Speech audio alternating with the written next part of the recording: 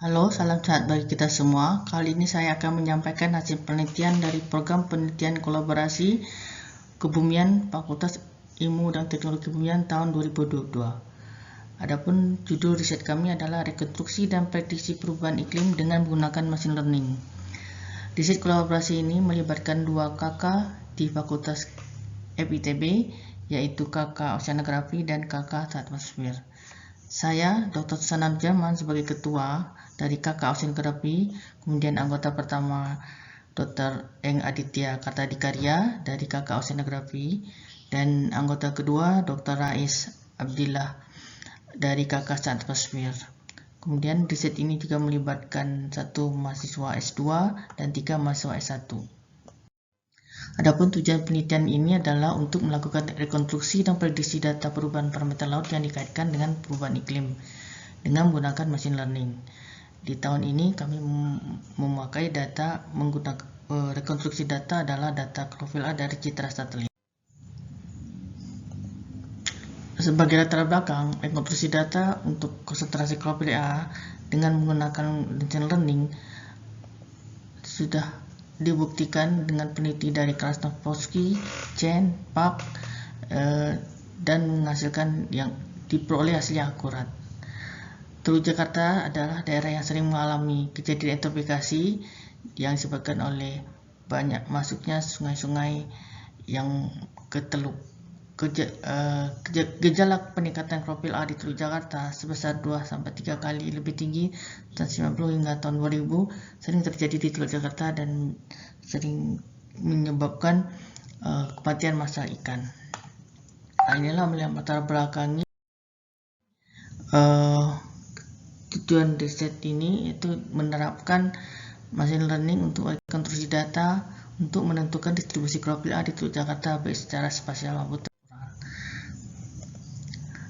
Adapun daerah kajiannya adalah Teluk Jakarta dan data yang digunakan adalah data satelit Aquamodis level 3 dengan resolusi 4 km dari tahun 2005 sampai 2020. Pengolahan data kita menggunakan dua aplikasi yaitu Python yang membangun program machine learning dan kemudian server untuk mengupload hasilnya. Kemudian untuk algoritma dalam machine learning ini menggunakan algoritma backpropagation neural network. Kemudian kita melakukan 3 skenario 1, 2, dan 3 masing-masing untuk dengan panjang training datanya berbeda. Skenario 1 3 tahun, skenario 2 6 tahun, dan skenario 3 10 tahun. Berikut adalah hasil rekonstruksi data kosong. Yang sebelah kiri adalah hasil pada stasiun S1 adalah hasil citra yang dengan beberapa data kosong. Sebelah kanan adalah hasil rekonstruksi dengan menggunakan machine learning. Dapat dilihat bahwa machine learning dapat mengisi data-data kosong yang dari data satelit. Kemudian di tabel ini adalah hasil verifikasi rekonstruksi data kosong dengan RMSE 1,33 dan nilai R-nya 0,99. Kemudian untuk berbagai skenario untuk skenario 1, 2, dan 3 berikut adalah hasil verifikasi dari ketiga skenario. Skenario 3 adalah yang terbaik dengan panjang data 10 tahun. Adapun nilai R-nya masing-masing model, masing-masing skenario sama nilainya 0,99, artinya dia hasil model dapat menentukan tren, mengikuti tren atau pola dari data yang dipelajari. Nah, berikut adalah hasil scatter plot perbandingan antara hasil citra satelit yang sumu X dan hasil rekonstruksi data dari model untuk skenario 1, 2, dan 3. Kalau kita lihat hasil menunjukkan masing-masing skenario memiliki titik yang mengikuti garis hitam.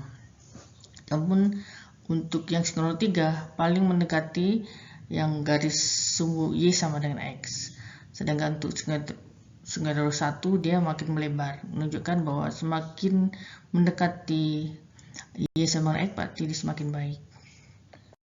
Kemudian ini adalah contoh hasil rekonstruksi pada stasiun B1 dan B8 sepanjang ini tuh berbagai skenario 1, 2, dan 3 dari 2015 sampai 2021, menunjukkan bahwa skenario 3 itu yang warna biru adalah datasetnya, data dari citra satelit. Kemudian skenario 1 yang warna hitam, warna merah ada skenario 2, dan orange itu skenario 3. Makin tinggi skenario, nilainya makin mendekati nilai datasetnya. Nah, berikut adalah hasil rekonstruksi kejadian spasial ya. Yang sebelah kiri atas adalah data satelitnya, kemudian hasil model skenario 1, 2, dan 3. Kalau kita lihat dari gambar ini, skenario 3 polanya hampir sama, mendekati dengan citra satelit, hanya nilainya lebih rendah. Yang paling mendekati adalah skenario 3. Kemudian kesimpulannya, model machine learning dapat merekonstruksi secara akurat dengan nilai R-nya 0,99. Kemudian model machine learning dapat merekonstruksi data yang kosong dengan RMSE sebesar 1,33 mg/m3 dan data satelit kosong disebabkan dengan peredaran awan. Data profil A pada satelit Aquamodis level 3 di Teluk Jakarta secara umum kosong pada musim penghujan dan daerah dekat pantai, yang merupakan daerah dengan data kosong paling banyak. Berdasarkan program machine learning diperoleh bahwa semakin panjang data training, maka hasil program akan semakin bagus. Ini mereplikasikan data satelit dibuktikan dengan nilai RMSE pada skenario 3 yang paling kecil di antara dua skenario yang lain. Demikian hasil penelitian kami untuk tahun ini. Terima kasih.